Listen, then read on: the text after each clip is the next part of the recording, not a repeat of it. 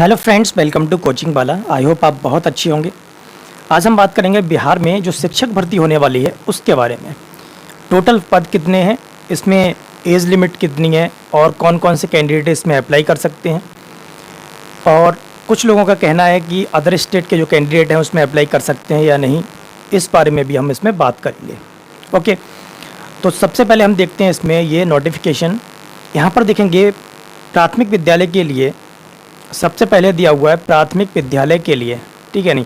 तो प्राथमिक विद्यालय में इसमें देखेंगे कि टोटल कितने पद हैं। यहाँ पर सामान्य हिंदी, उर्दू, बांग्ला 3 भाषाओं के लिए पद दिए हुए हैं और यहाँ पर टोटल पद दिए हैं यहाँ पर 79,943।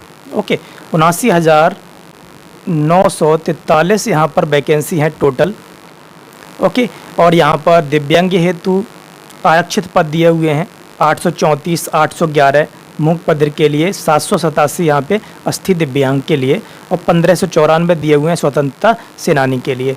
ओके, तो इसी तरीके से हम इसमें देखेंगे आगे श्रेणी एवं सेवा के अधीन वर्ग। यहाँ पर दिया हुआ है विद्यालय अध्यापक और अराजपत्रित। वेतनमान इसका कितना है, कितनी सैलरी मिलेगी, यहाँ पर दिया हुआ है 25,000 रुपये प्रति माह। ओके, और ये आपकी जो जॉब है वो आपकी स्थायी जॉब होगी, एक तरीके से परमानेंट जॉब होगी।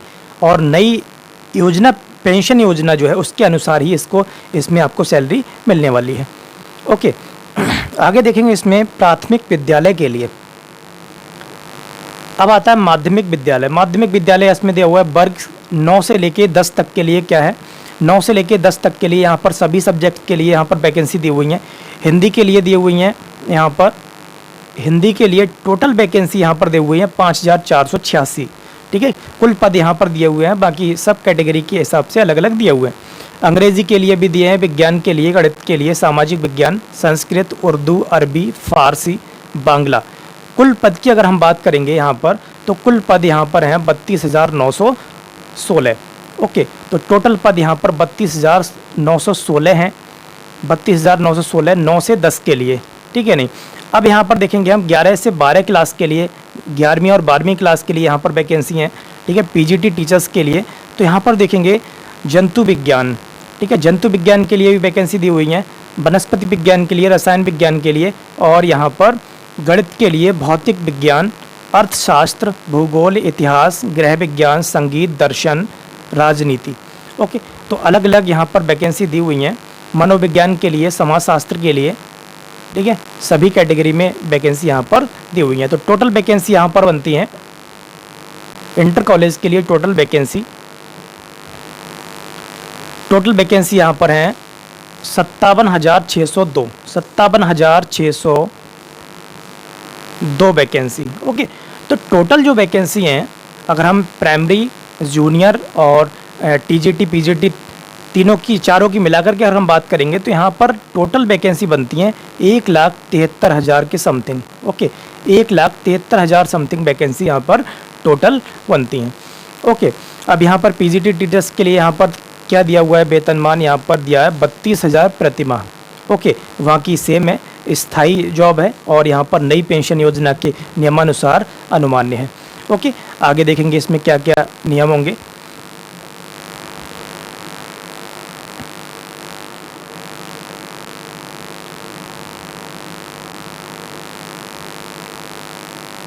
ओके, तो यहाँ पर देखते हैं यहाँ पर क्या योग्यता है, यहाँ पर क्वालिफिकेशन क्या होगी, यहाँ पर एलिजिबिलिटी क्या होगी प्राइमरी के लिए। तो यहाँ पर दिया हुआ है 1 से 5 के लिए। तो 1 से 5 के लिए क्या योग्यता होनी चाहिए, तो न्यूनतम 50% अंकों के साथ उच्चतर माध्यमिक प्रारंभिक शिक्षा शास्त्र में द्विवर्षीय डिप्लोमा हो, द्विवर्षीय डिप्लोमा कह सकते हैं एक तरीके से, चाहे डीएलएड हो या फिर बीएड हो। यहाँ पर दिया हुआ है द्विवर्षीय, बीएड भी दिया हुआ है 50% अंकों के साथ स्नातक तथा इस शिक्षा स्नातक बीएड। ओके, तो बीएड वाले भी इसमें अप्लाई कर सकते हैं जिसके मार्क्स 50% हैं। न्यूनतम 55% अंकों के साथ उसके समकक्ष ग्रेड के साथ, ठीक है, यहाँ पर मास्टर्स डिग्री होनी चाहिए एंड 3 वर्षीय एकीकृत बीएड और एमएड। ठीक है, तो यहाँ पर ये दिया हुआ है आपका पीजीटी टीचर्स के लिए, ठीक है नहीं। आगे देखेंगे इसमें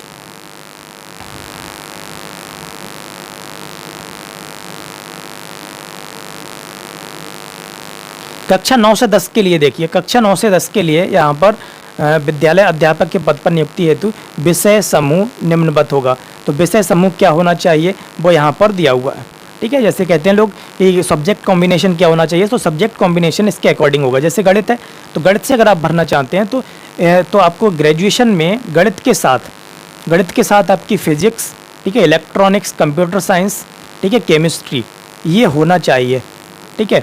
इनमें से कोई 2 विषय स्नातक स्तर पर पठित हों और इंजीनियरिंग से स्नातक जिसमें गणित की विशेषज्ञता हो, ठीक है, तब भी आप अप्लाई कर सकते हैं। विज्ञान के लिए क्या है, विज्ञान के लिए आपका यहाँ पर जंतु विज्ञान, ठीक है, ग्रेजुएशन में आपका जूलॉजी होना चाहिए, और वनस्पति विज्ञान, बॉटनी एवं रसायन शास्त्र, केमिस्ट्री, ठीक है। तो इसमें से आपको आपने पढ़ा होगा ग्रेजुएशन में, तभी आप इसमें अप्लाई कर सकते हैं। सामाजिक विज्ञान के लिए यहाँ पर क्या होना चाहिए, यहाँ पर होना चाहिए आपका इतिहास, ग्रेजुएशन में भूगोल, अर्थशास्त्र एवं राजनीति शास्त्र में से किसी 2 विषय में उत्तीर्ण हो, ठीक है, नहीं कम से कम 2 विषय में आप उत्तीर्ण होने चाहिए, तभी आप इसमें अप्लाई कर सकते हैं। भाषा से संबंधित विषय, भाषा के लिए क्या होना चाहिए, माध्यमिक शिक्षण के पद हेतु भाषा से संबंधित विषयों में संबंधित भाषा विषय के रूप में स्नातक स्तर पर पठित होना अनिवार्य है, ठीक है। नहीं जैसे कुछ लोग हिंदी से करना चाहते हैं, तो हिंदी से जब अप्लाई करेंगे तो उनके स्नातक में, ग्रेजुएशन में उन्होंने हिंदी पढ़ी होनी चाहिए, तभी वो अप्लाई कर सकते हैं, ठीक है। नहीं पीजीटी हिंदी के लिए भी वो तभी अप्लाई करेंगे जब उन्होंने ग्रेजुएशन में हिंदी पढ़ी होगी, ठीक है। नहीं 11th-12th में देखेंगे क्या है, 11th-12th के लिए भी कम से कम 50% मार्क्स होना चाहिए, ठीक है। नहीं मान्यता प्राप्त विश्वविद्यालय से आपका मास्टर्स डिग्री, ठीक है, नहीं मास्टर्स डिग्री होनी चाहिए, और 1 मिनट, और आपका बीएड भी होना चाहिए, ठीक है। नहीं तभी आप इसमें अप्लाई कर सकते हैं। किसी मान्यता प्राप्त विश्वविद्यालय से कम 45% अंकों सहित मास्टर्स डिग्री एवं इसके समतुल्य 13 नवंबर 2002 को अधिसूचित राष्ट्रीय अध्यापक शिक्षा परिषद मान्यता के लिए आवेदन पत्र जमा करने की समय सीमा, ठीक है। नहीं तो इसके अकॉर्डिंग ही होनी चाहिए, तभी आप इसमें अप्लाई कर सकते हैं, ठीक है। नहीं आगे देखेंगे इसमें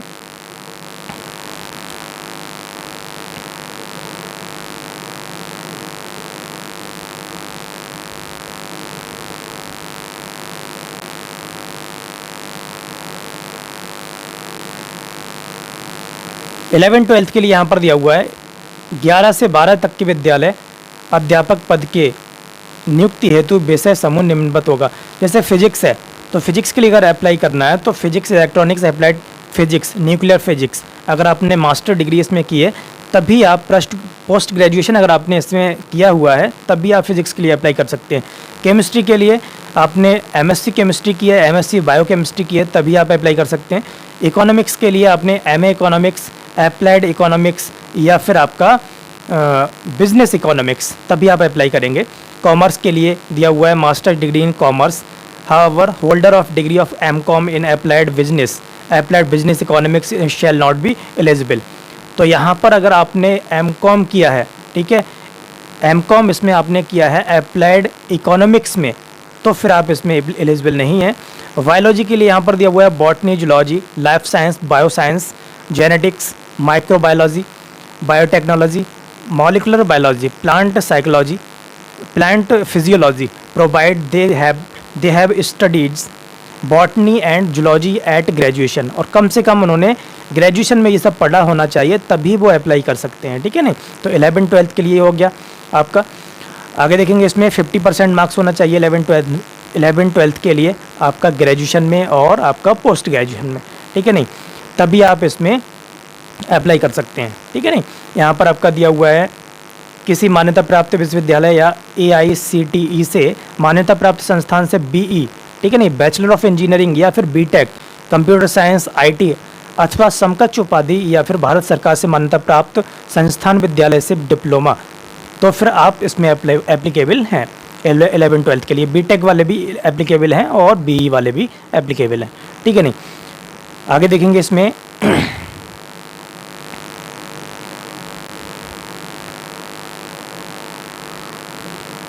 आयु सीमा में देखते हैं क्या है। आयु सीमा में सभी पदों पर नियुक्ति हेतु न्यूनतम एवं अधिकतम उम्र सीमा के लिए कट ऑफ तिथि 1 अगस्त 2023 होगी।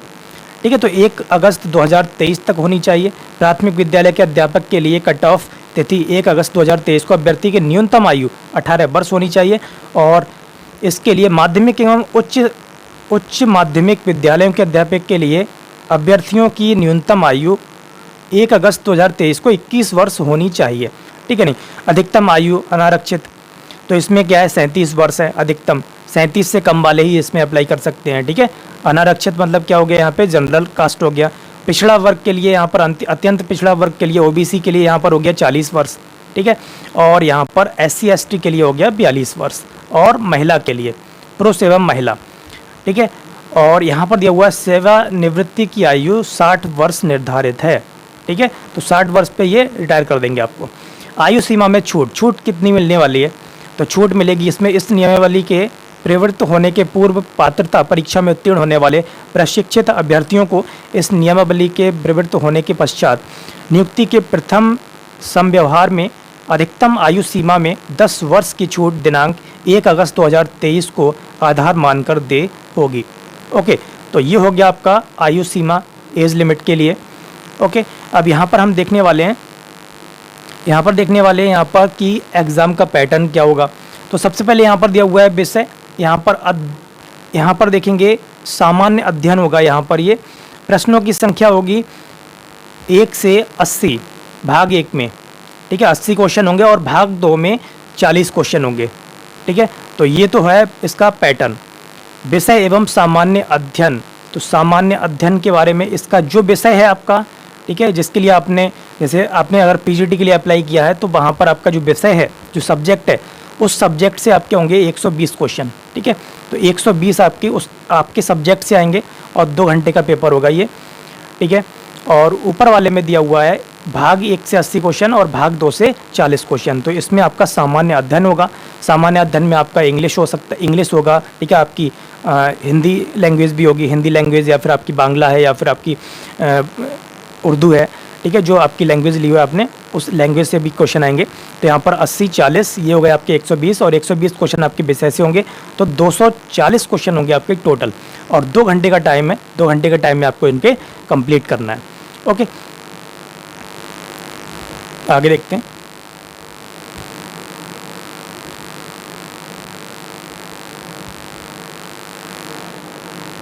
ओके, तो जिन लोगों का क्वेश्चन है कि सीटेट वाले, तो सीटेट आपका जो 2023 है, ठीक है, 2023 जो 20 अगस्त को होने वाला है, 20 अगस्त को होने वाला है, तो वो कैंडिडेट जो अपियरिंग में है, ठीक है, second year B.Ed second year में है, तो वो भी यहाँ पर अप्लाई कर सकते हैं। ठीक है नहीं, तो उनके लिए यहाँ पर चांस दिया हुआ है। लेकिन BPSC की तरफ से ये इन्फॉर्मेशन दी गई है कि यहाँ पर सिर्फ 3 चांस दिए जाएंगे। ठीक है, 3 चांस दिए जाएंगे।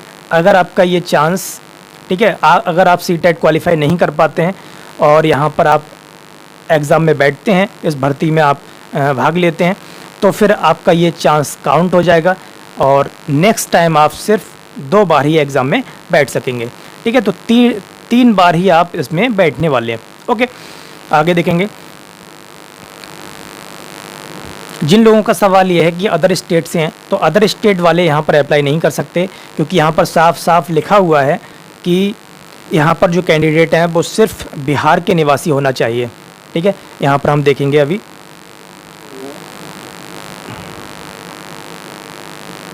बिहार के मूल निवासी होना चाहिए। यहाँ पर दिया हुआ है, देखिए, कोई अभ्यर्थी इस नियमावली के अंतर्गत अधिकतम 3 बार परीक्षा में भाग ले सकेगा। ओके, तो 3 बार भाग ले सकते हैं इस परीक्षा में।